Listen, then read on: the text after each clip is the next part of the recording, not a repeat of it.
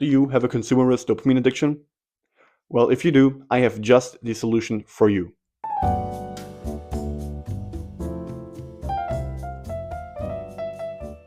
Now, quick disclaimer, some of these things are linked down below in the description via affiliate links. I get a little bit of kickback from that if you buy them over these links, but I will not sugarcoat my review for these products just because I have an affiliate link for them. Oh, and also follow me on Instagram and join my Discord server, link in the description. Okay, starting with the cheapest category, sub 10 bucks. I'm gonna start this off with the lens wipe. Probably one of the most practical things I have added to my kit from this list, because this can be added anywhere on your plate carrier, belt, or just in the pocket. And it's super practical, and there are a lot of companies offering it. I have one from Hama from Amazon, but for example also Spiritus Systems or Obscore offer their own products. So there's a lot of different options on the market that you can choose from, and I don't think it needs to be said that lens wipes are stupid useful. Next up on the list are Ranger bands. These are super versatile in the use case. For example, I use them to hold on my tape switch on my rifle, but some of my friends use them, for example, to mount PTTs, or I also use them to hold tourniquets on my kit. These are like, for whatever you need them for, you can use them basically anywhere for anything, and they're stupid cheap.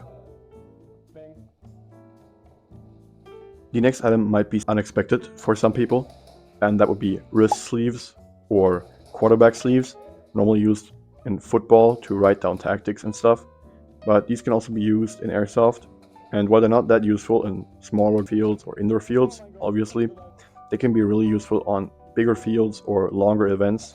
For example, on bigger fields, just to have a map of the field if you don't work with ATAC or ITAC, so you always know where you are. And also on longer Muslim events, you can have different radio channels on there. For example, if one of your channels gets compromised or something, you can use these wrist sleeves to write down this information that you would need in the field, or SOPs, plans, whatever, call signs. And it's all readily available on your wrist, and it's also pretty waterproof. So that's pretty cool, especially for under 10 bucks. And obviously, most importantly, it looks pretty cool in my opinion. The next one on the list is a decent balaclava. For this example, we're going to use the same one that I have from Yanni Key, or whatever the brand is called. I specifically chose this balaclava because it kind of has that Arc'teryx balaclava look, while only costing like 8 bucks. It has a really loose fit on the neck, which is pretty comfortable. And one, it helps with absorbing sweat, so you don't have, your sweaty hair inside your helmet, like directly on the padding.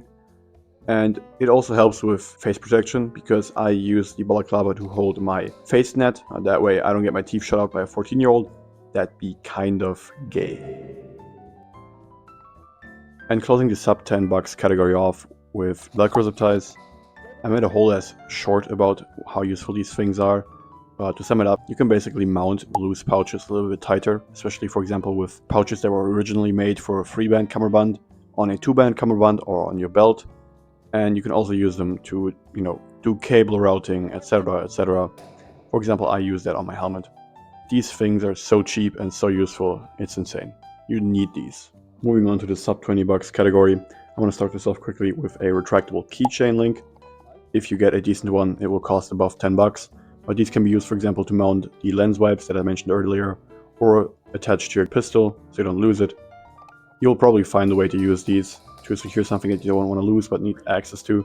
And with that, I want to quickly give credit to Airsoft Tactical. This is his YouTube tag, but he's a member on my Discord channel, and he gave me the recommendation of these retractable keychain links. Next up on the list is camo tape. I know that there can be cheaper camo tape for sub 10 bucks, but I decided to go with the sub 20 bucks category simply because if you buy a little bit more expensive tape, firstly, the colors will probably look better off the camo itself, and also the glue is probably stronger if you buy more expensive stuff, and they will also last longer, so that is something to keep in mind. And these can be used, for example, to mount tape switches, secure them, or just, for example, how I did it, put them over your phone board to camo it up a little bit more.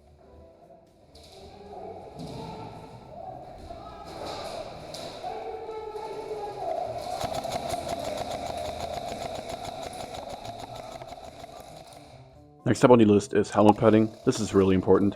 Depending on how much stuff you have on your helmet, the weight of the helmet can get on your nerves if you have bad padding, because hot spots build up and you can quickly get headaches, or the helmet just sits poorly on your head, wiggling around and just looking bad. You can get helmet padding off AliExpress or Amazon for like 14 bucks out of memory foam that massively increases comfort and is customizable with inserts depending on your head shape. I have the same and I can't complain. So I would definitely recommend getting helmet padding if you don't already have some. The last item on the sub $20 category are skull caps. Now obviously there are also cheaper skull caps, but if you are gonna buy skull caps that actually work well, you're gonna need to pay at least 10 bucks. For example, Under Armour makes some for sub $20, I think. And what these are for basically are they're little hats that you can put on to, again, keep the filth and sweat out of your helmet padding. But they only really come in clutch when you don't want to wear balaclavas, for example on longer outdoor games, where you don't need like teeth protection because you don't get shot at that much, but still, again, want to keep the filth out of your helmet padding. So if you're gonna buy them, buy some out of breathable material, otherwise you're just gonna waste money and sweat more than you actually need to.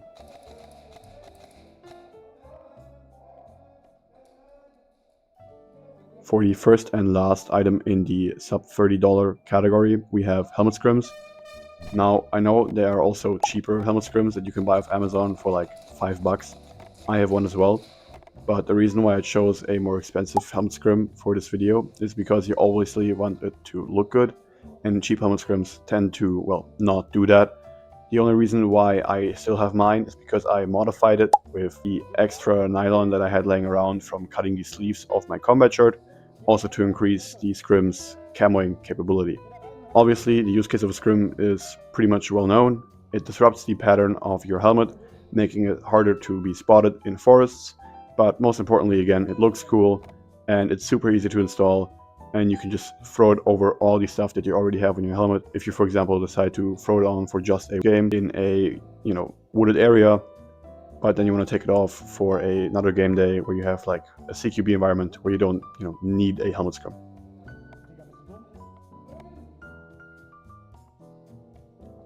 No, the AVS is actually a pretty good blade kit. Welcome back, guys. I hope you enjoyed this video, and until we see each other next time, LARP.